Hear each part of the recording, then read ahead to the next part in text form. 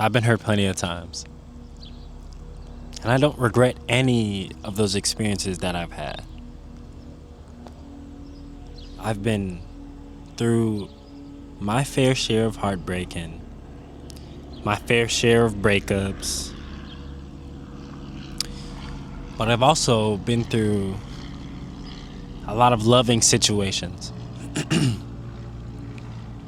And one thing that I learned, it's not about love itself. You know, a lot of people just do things for love, and a lot of people just try to experience love, and they're not ready for what it really is. And that's why I say it's not just about love. It's also about you. You know, it shows your character when you can continue to love after being broken so many different times in so many different ways. When I speak about love, love isn't just about, having a girlfriend and having a significant other. Love is taking care of the people you care about. Love is having a beautiful friendship and a beautiful relationship with your mother or with your father, whoever whoever's in your life currently. That's what love is. Sometimes they're gonna annoy you, sometimes they're gonna make you mad and piss you off, but what's love to you? When you get a pet, eventually you're gonna have to see that pet pass, unless you get like a turtle or something. That's my favorite animal. My turtle gonna live longer than me, so really my turtle gonna be more sad than me. But on a more serious note, like, let's say you have a cat, let's say you have a dog. You have to love this dog each and every single day, because there's gonna be a point in time where it's gonna hurt. And when your dog passes, when your cat passes, and I know I might be striking a nerve right now, but you have to continue to love, although it hurts. That dog is gonna teach you more than just love itself. It's gonna teach you the essence of life, to value every single day. It's really transformational on what love can do for you, if you give it the chance to, if you allow it into your life. Love is not a fleeting feeling. Love isn't just a one and done thing. That text you're looking forward to when you wake up, those compliments of reassurance, it's not for no reason. These are all forms of love. To smile and to be sad, those are also forms of love. But we can't let what knocked us down, we can't let what hurt us in the past stop us from really loving and from really achieving this dream. And I don't know what love looks like for you.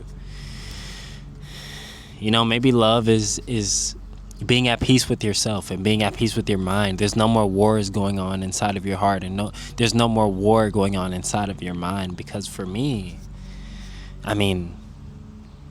like I said a lot, there's always going to be something that hurts me.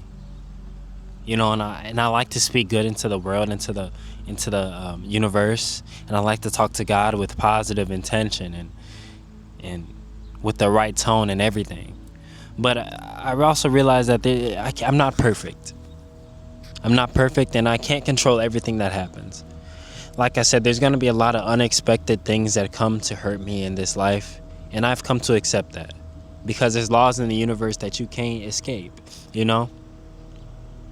So, what I was getting at was, you have to continue to pick yourself back up. There's going to be a lot of different scenarios where you have to be your own best friend, even though it hurts. You have to do a lot of things for yourself. You have to pick yourself back up when you're alone, even though it hurts. You got to do a lot of the things that you never thought you would have to do, even though it hurts. And it will teach you a lot about yourself It will teach you a lot about how other people move. But it will also teach you that when you love yourself on a deeper level, right? And a deeper level means understanding yourself enough to create these boundaries for other people, so that when you go to this new job, you loved yourself through the pain, you loved yourself through the long nights, the lonely nights. That when you see these new people that you come across, you're so rooted in yourself. You're so rooted in the love that you have for yourself and for other people as well, that you can make healthy boundaries. That you can say, hey, I ain't gonna lie, I don't really mess with you doing this.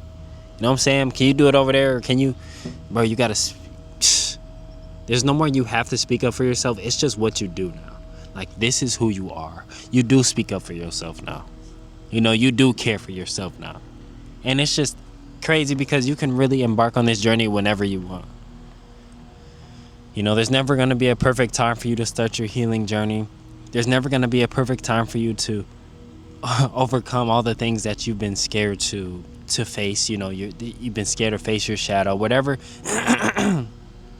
whatever that you're trying to stop doing, or whatever that you're going through. It couldn't have come at a more perfect time. And I know it seems crazy to say, but we kind of need all of the things that hurt us to continue to love, although it hurts. Continue to find yourself through all this pain and agony. I know what it's like to want to smile and to want to feel joy, to want to feel like a kid again. And that may feel like it's impossible. That may seem so distant from this path that you're on right now. The one thing that I can tell you is you can make a change by loving yourself now.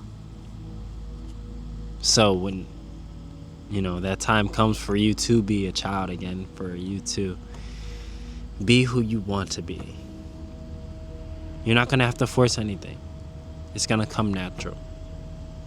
You know, so whatever you're going through, regardless if it's falling out of a friendship, regardless if you're in an isolated stage, regardless if you're just feeling like nobody's there for you, like I said, isolation.